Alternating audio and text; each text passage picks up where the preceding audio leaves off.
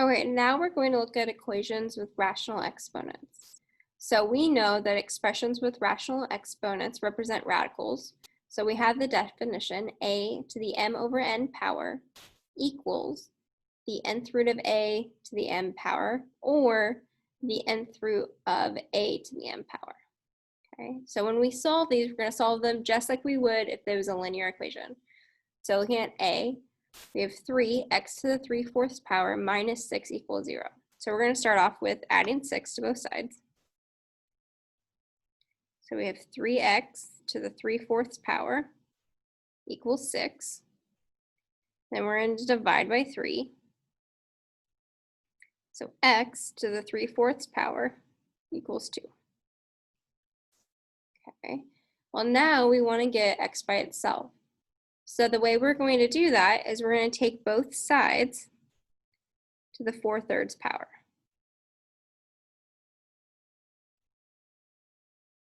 Okay, so then these cancel, because remember our power rule says that we multiply our exponents. So x equals 2 to the 4/3. So you can either plug that in your calculator, or we can rewrite it using our radicals. So this is the same thing as saying x equals, okay, our denominator becomes our root. So we're taking the cubed root of 2 to the 4th power.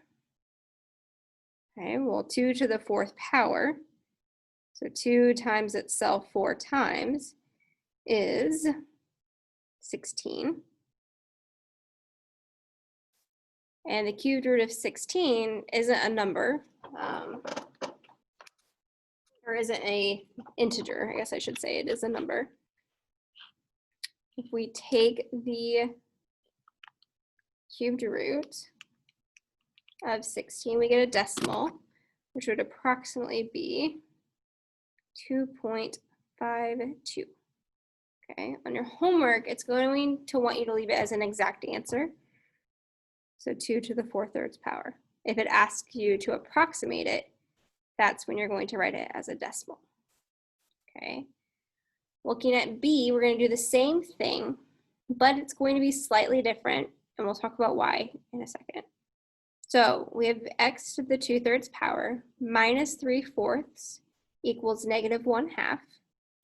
So we're going to start off by adding our 3/4.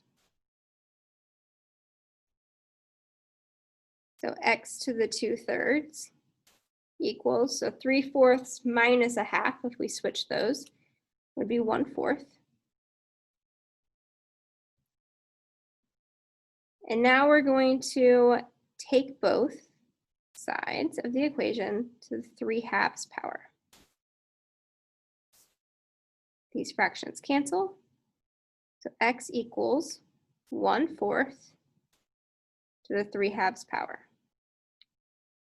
So again, if we rewrite this, this becomes x equals, okay, and I'm going to actually show the other definition part. So what if we, on this one, we do the square root of 1/4 all to the 3rd power. Okay. But because we took the square root, we have a rule we have to follow. We have to put in the plus or minus in front. Okay, because when we square something, it can be a positive or a negative and get us a positive number. Okay, so whenever you rewrite,